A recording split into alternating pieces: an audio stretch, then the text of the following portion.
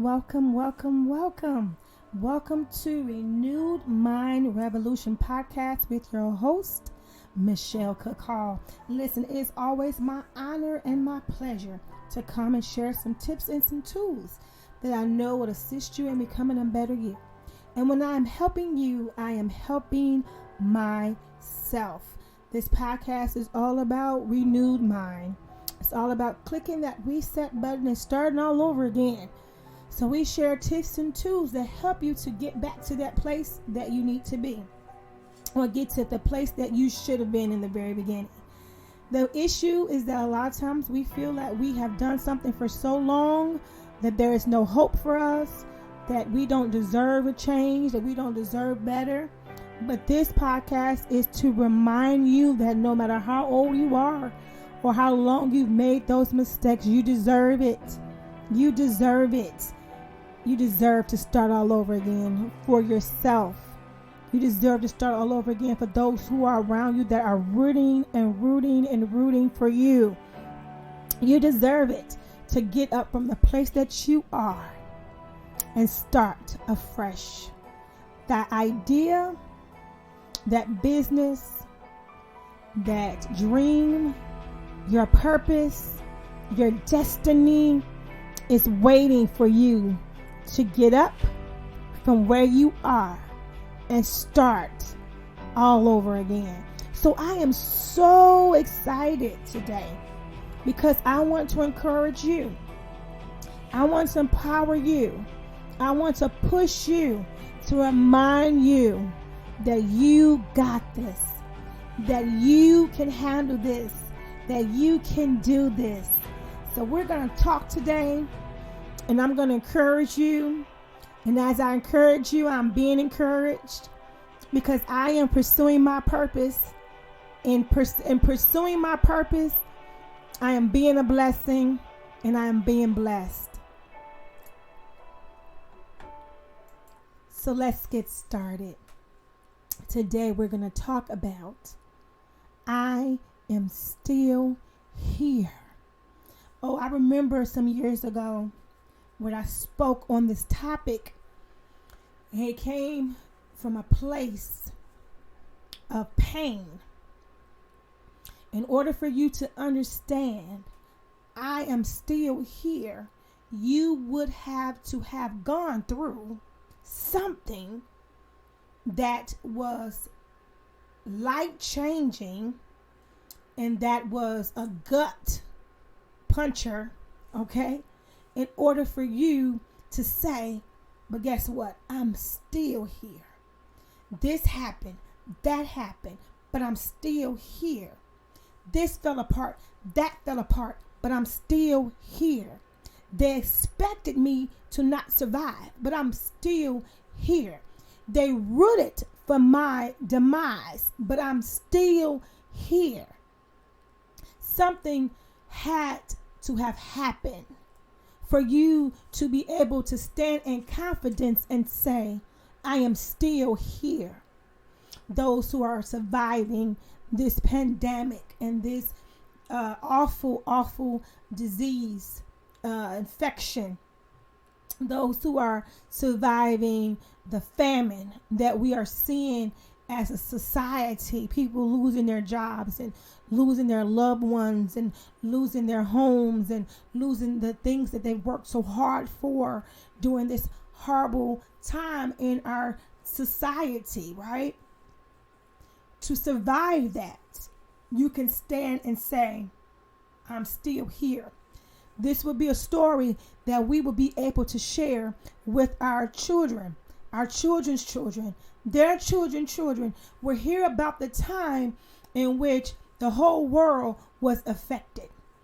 The whole world stood still. The whole world had to face a challenge. The whole world had to be flipped upside down. They're going to hear these stories for years and years and years. And we'll be able to say, guess what? But I'm still here. Oh, it thought that it would take me down. It thought that it would put me in a corner. But when it put me in a corner, I did not crouch down and begin to whimper or cry in defeat. I rose up from that corner, and when you put me in a corner and my back up is against the wall, I don't fall apart. I begin to swing. I begin to swing myself out of there, and I don't swing to overexert myself, because we learn how to fight. We learn how to fight. And our position is not to wear our physical bodies out. Come on. But we fight from a position of victory. So how am I fighting? How am I able to say I'm still here, and you will be able to say that you're still here? It's because your position is a position of faith. That's how I'm fighting. Come on, somebody. I'm fighting through prayer. I'm fighting through praise and worship.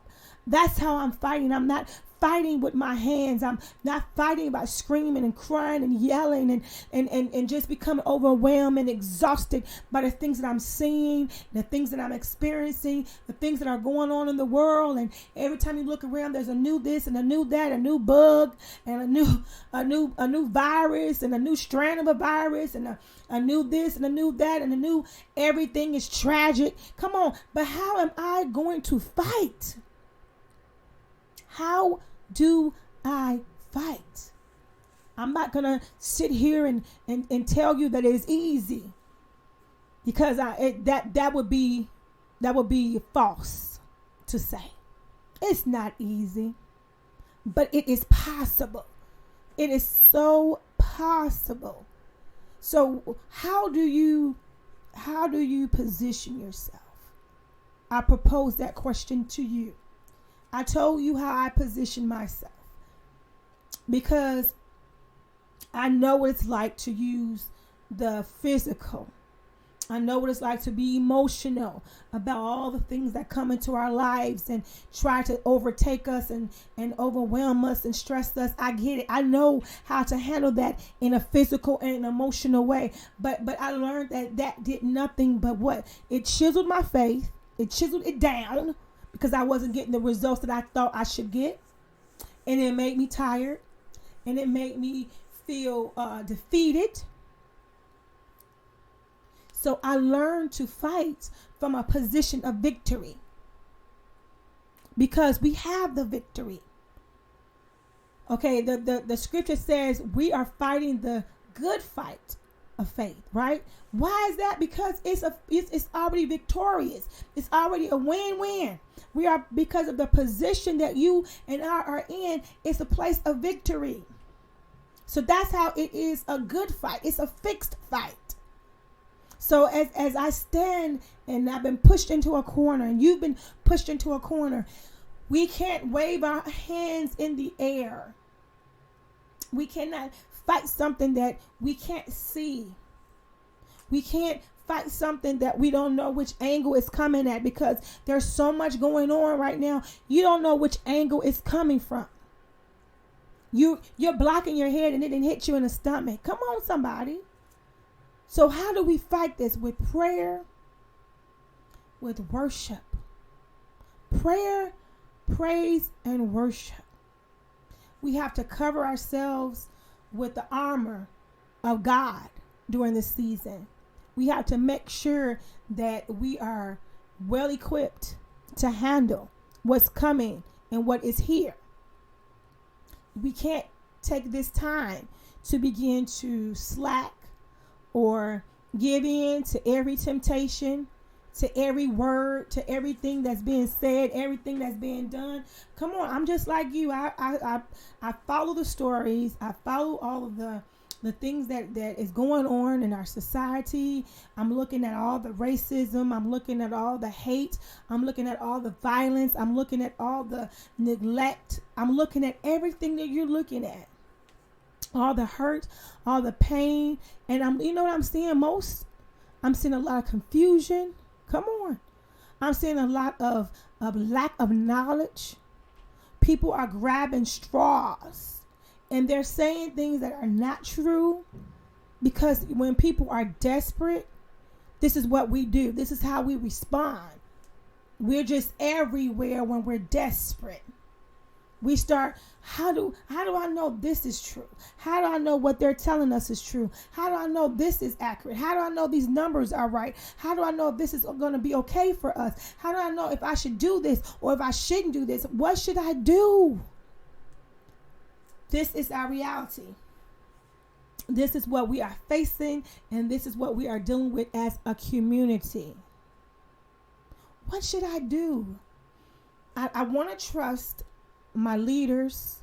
I want to trust those who are in charge. I want to trust those who are specialists. You know, I want to trust. We say this, right? We want to, but then you have, I'm not sure. Come on, I'm not sure what's true, what's not true. There's so much information out there, and all of it seems to what? Contradict each other. Can we be real with one another today? Can we do that? Can we do that? Can we be honest with one another that everything that you and I both see is all contradicting each other? People tell you to do this is healthy, this is better, and avoid this. They come back and tell you, well, don't avoid that. That's not what was correct, but this is correct. Come back and tell you don't do this, but do that. And then they come back again. Come on. And this is not the first time. This is in a lot of things that we've seen over a long period of time of hearing this medication is good for you. It will solve this, and this. Then you find out 10 years later, you see a commercial that tell you if you have taken this medication and you're experiencing, cancer or have lost a loved one who has taken this, please call this number. Come on. We don't know.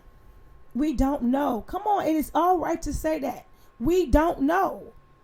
We don't know. And the greatest minds in the world don't know. They don't know. Everybody, it's a trial. It's a trial and error at this point. What's going to work? It worked here, but is it going to work here? It worked for this group, but is it going to work for this group?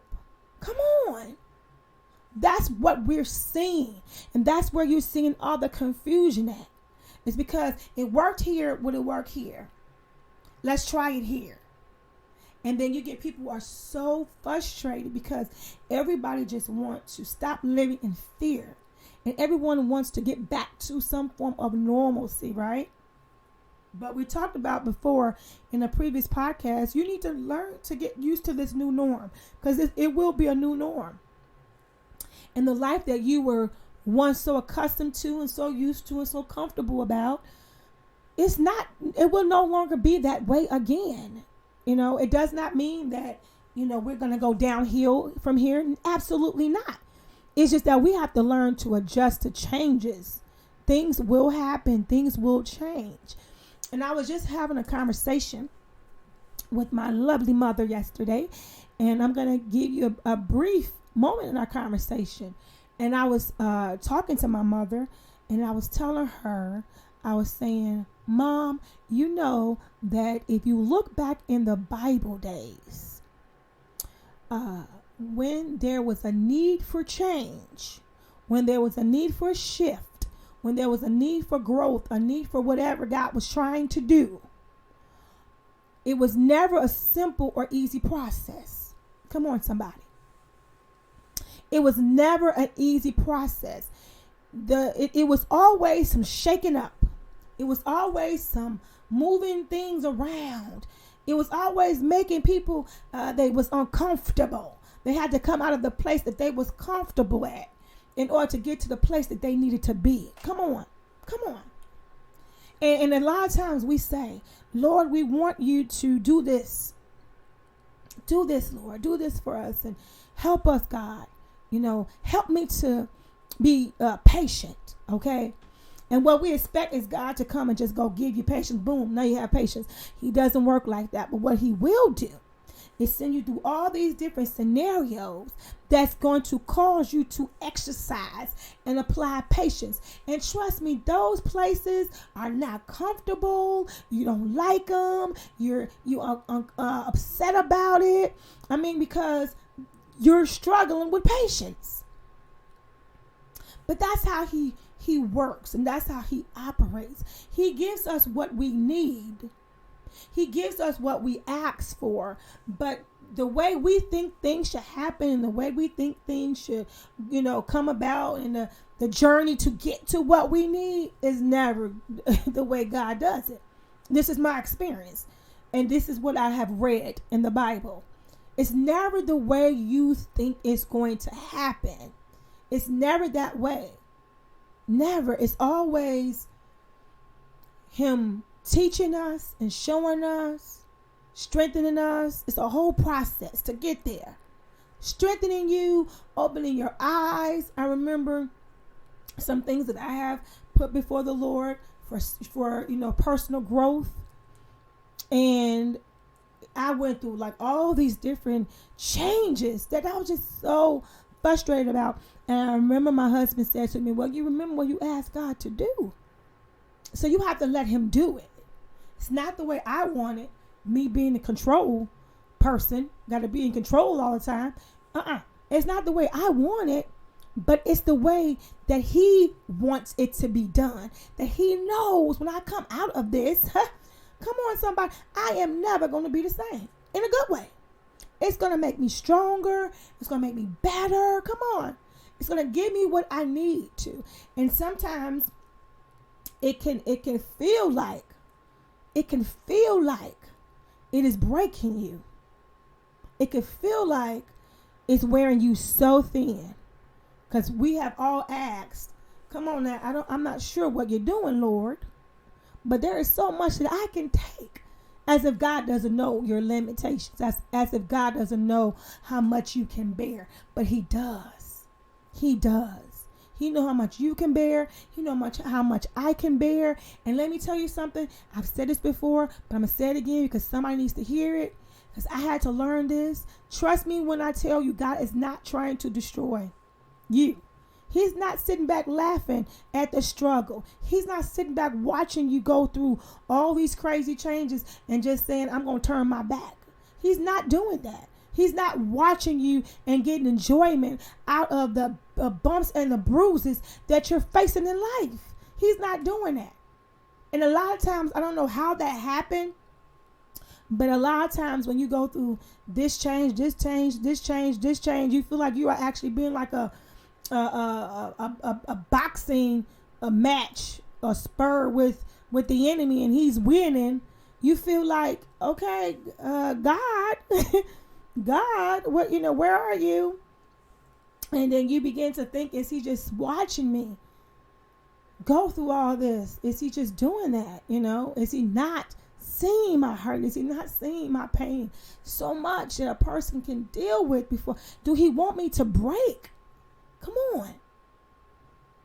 And the truth of the matter is, he does not. He is not sitting there wanting you to fall apart. He's not sitting there wanting you to break. He's not wanting you to give up. He does not desire to see you suffer. He loves you. He loves you. He loves me. And we have to get out of our mind to think that he is sitting there just saying, oh, okay. Well, just have at it. Go ahead and enjoy. Go ahead and enjoy, her going through something. Or enjoy him suffering. No, he's not enjoying that.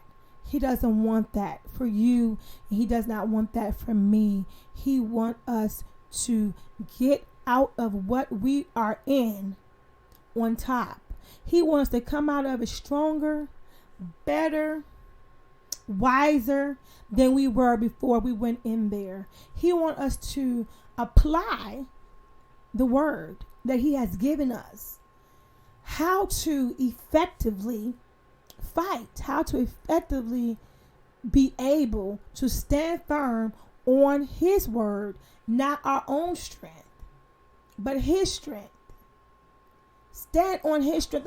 The other day, it came to me again. I'm sitting here and I meditate, and it came to me that when we say I have no more strength, I'm tired, I have nothing left, and it came to me, well, that's where I need you to be, because see, you have been depending on your own strength.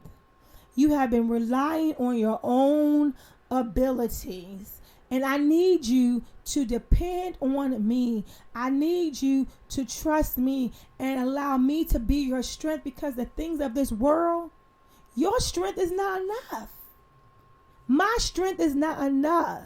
So we need to switch the roles and say, you know what, God, I'm limited. My resources are limited. And so therefore I have to depend on you. I have to trust you. And I have to lean back on you. I can't put it on any family member, any friend, because they are built like me. They can only take so much as well. And we get mad because they're not there. Well, they can only do so much. But I know someone who can go further with you, that can go where no one else can go. I remember one time I was in an emergency room and I was by myself. My husband was at work. My children were not able, of course, to come. And I'm by myself. And I sat there and I just looked, and it just came to me as clear as day. I can go with you where no one else can go. Because see, you go through those emergency doors and it becomes a moment where they say, well, no one can come back here right now. No one. You go into the operating room, no one can go in there. I've had procedures that no one was in that room but the medical professionals. And my family can only wait for me in a waiting room. They couldn't even wait for me in a recovery room. They had to wait for me in a waiting room. So guess what? He taught me really quick and really early that you must depend on me. That I am the one who will stick closer to you than any brother, any sister, any parent. I will be there to the end. I will never leave you, nor will I ever forsake you. Come on, somebody. You can trust God. You can trust God. You can trust God in the midst of your storms. You can trust God in the midst of your struggles. You can trust God to wipe your tears. You can trust God to hold you in the midst of it.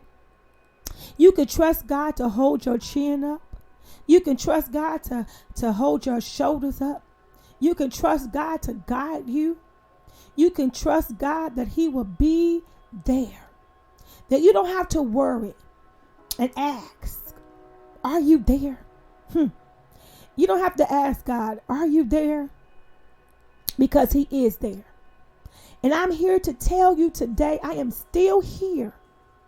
You are still here because God is here. Because God is with you. And God has always been with me. Even when I didn't feel him. So we get caught up in the feelings. Even when I didn't feel like he was there. Even when I saw everything going chaotic and messy and it was in straight ruins. And I felt like truly God couldn't be here. Truly God couldn't be in this place. Truly God could not be where I am, where I'm hurt and broken. He could not be here. Truly God, he couldn't be here when I'm at my darkest moment. God, he couldn't be here. God couldn't be here when I was on my knees and I was crying and I was desperate and I felt overwhelmed and I felt alone. Truly, he could not be there. But let me tell you something. He reminded me that I am here. He said, I will never leave you, nor will I ever forsake you. He said, I love you. I love you. Despite your flaws, despite your failure, despite your words, despite your attitudes and your actions and everything that goes against who I am. He said, I look beyond your faults and I see your needs. He said, I am there. He said, I am your father. I love you. He said, I would never turn my back on you. I would never run away from you. I would never let go of your hand. Somebody, come on. He said, I would never let go of your hands. He said, I would never, ever, ever let go. Somebody need to know that today, that you got your hands out and you're reaching for somebody to help you, somebody to understand where you are and who you are right now, your pain, your grief, your hurt, your frustration. God, somebody needs to understand. I'm here to tell you that God, he's there and he understands. He's there for you as he was there for me. And God can do exceedingly abundantly more than you and I can ever ask or even think. He's such a great God. And I just really wanted to take today, and I wanted to acknowledge that today, that I am still here. You are still here by the grace of God. Despite everything that has been going on, sometimes we focus more on the struggle and less on the victory. But today I want you to look at the victory. You are still here. Don't look at how it had to come about for you to be here. Don't look at everything that went wrong before you got here. Come on. But just know that you are here, that you made it, that you made it this far. And if you made it this far, come on, somebody, let me encourage you. You will make it all the way. I have faith with you, in you, that God will complete his work in you. And I know if you have heard this message today, it has been for you. It was designed for you. God doesn't make any mistakes, so it is for you. And it has been my honor and my pleasure as always. This has been Renewed Mind Revolution Podcast with your host, Michelle Cook Hall. It has been my honor and my pleasure to share some tips and tools that I know will help and assist you in becoming a better you. Be encouraged today, ladies and gentlemen. I want you to tell yourself, I am still here. When everything tries to fall apart on you today and for the rest of this week, I want you to tell it, I am still here. You tried it. It tried, but it didn't work because I am still here. God bless you guys. Love you.